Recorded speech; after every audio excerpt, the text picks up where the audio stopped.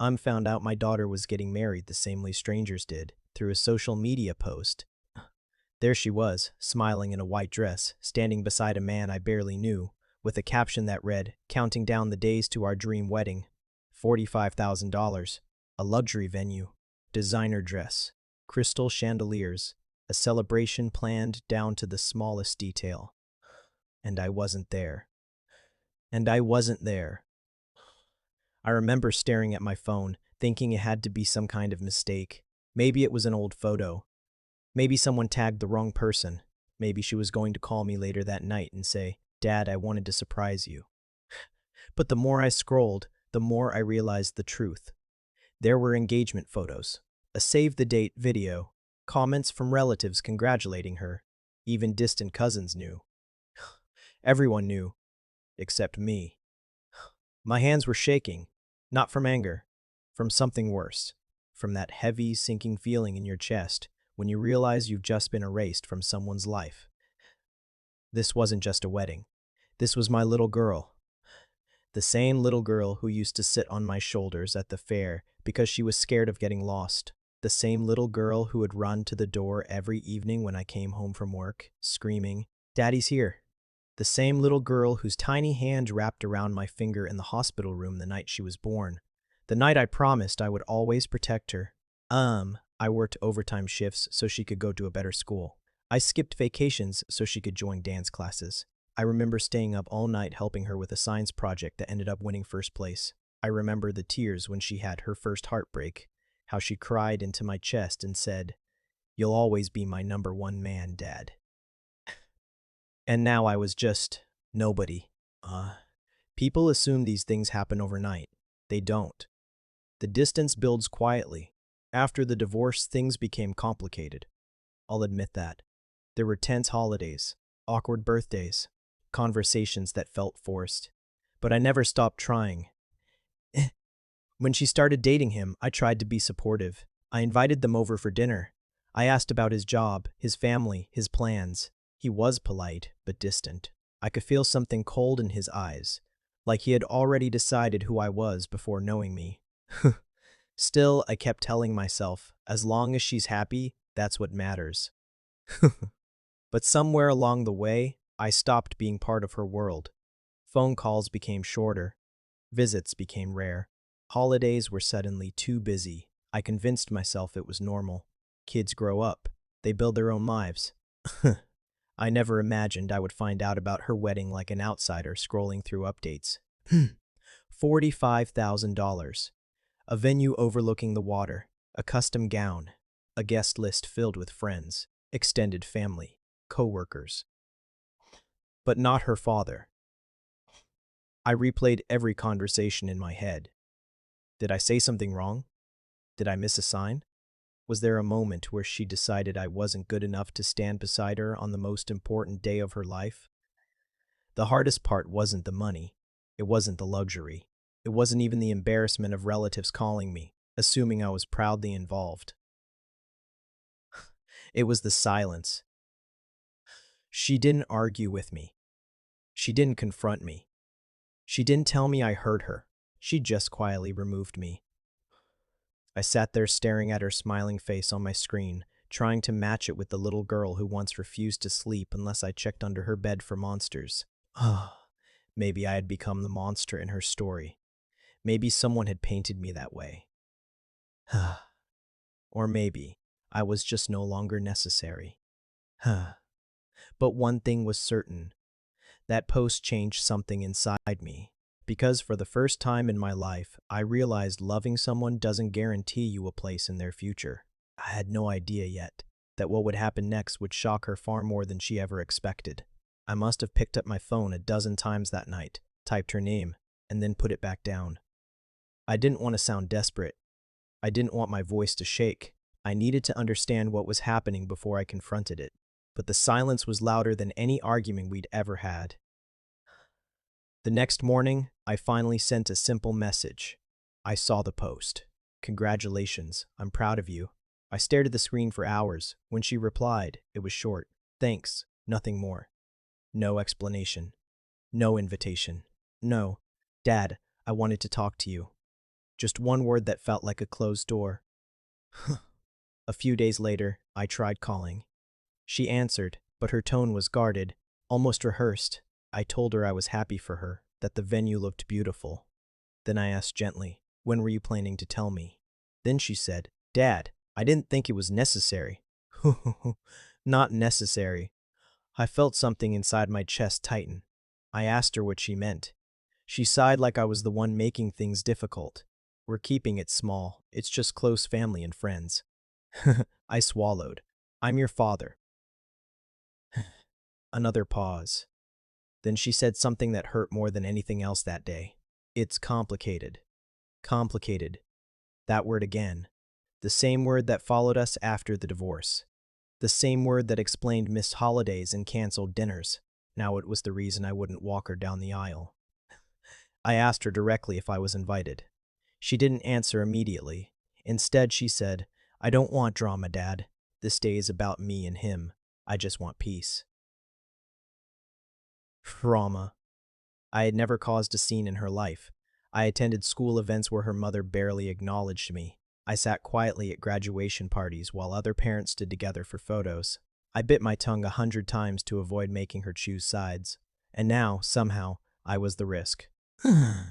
Then the real reason started to surface. She told me her fiancé felt uncomfortable around me.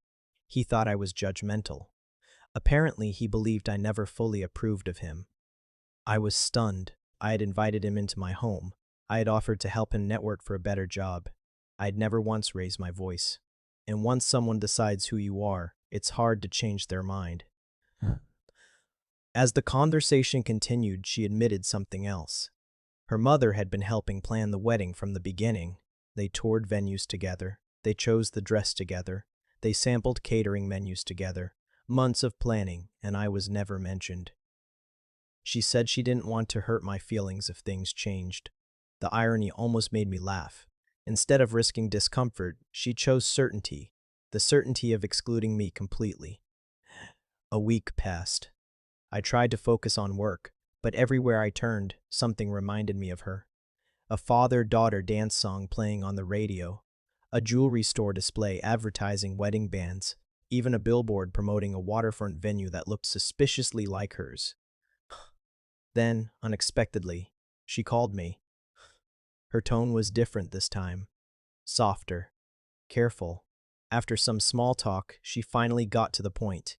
Dad, I wanted to talk to you about something important. I listened.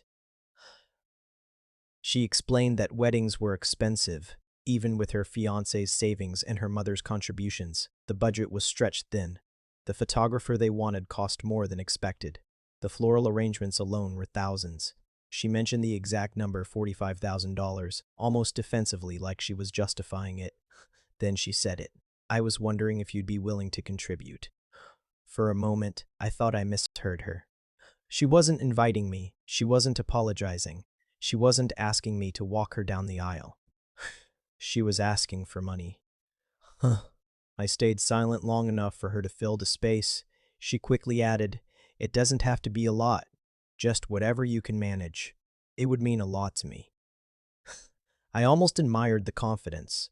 I was good enough to help fund the celebration, but not good enough to attend it. I asked her calmly, would this contribution include an invitation? She hesitated. Dad, it's not about that. But it was. I told her I needed time to think. That night, I barely slept. I wasn't angry the way people imagine anger, loud and explosive. I was steady, clear. Something inside me shifted from pleading for inclusion to evaluating respect. For years, I'd been afraid of losing her, afraid that any disagreement would push her further away. So I stayed agreeable, generous, available. But love without boundaries slowly turns into self-erasure. The next day, I called her back. I told her I'd spent years setting aside money for her wedding, quietly, without announcing it. Every bonus, every extra shift, every small sacrifice had gone into an account labeled with her name. I had always imagined handing it to her on the day she asked me to walk her down the aisle. There was silence on the line. I could hear her breathing. Then I said, calmly, "But I won't fund a celebration I'm not welcome to attend." Her voice cracked slightly. "Dad, don't make this about you." I replied, "It became about me the moment I was excluded." Huh. I wasn't yelling. I wasn't accusing. I was stating a fact. I told her the money would remain untouched unless we rebuilt our relationship, not for the sake of the wedding, but for the sake of us. I explained that I refused to be treated like an ATM with a sentimental backstory. That's when her tone changed completely. The confidence disappeared. She hadn't expected resistance. She hadn't expected me to draw a line. For the first time in years, I wasn't trying to earn my place in her life. I was requiring it. She asked if I was threatening her. I said no. I was protecting myself. I reminded her of every school recital, every late-night drive, every promise I kept, not to guilt her, but to remind her that our history deserved more than convenience. When the call ended, I didn't feel victorious. I felt steady. For the first time since seeing that post, I wasn't drowning in rejection. I had chosen dignity over desperation. 2 days later, she showed up at my door, and the look on her face told me she finally understood that love is powerful, but so is self-respect. When I opened the door and saw her standing there, she didn't look like the confident bride from the photos. She looked like my daughter, nervous, unsure, and suddenly very young. For a moment, neither of us spoke. All the months of silence, all the unspoken resentment seemed to hang between us like a wall. Neither of us knew how to climb. Her eyes were red, like she hadn't slept much either.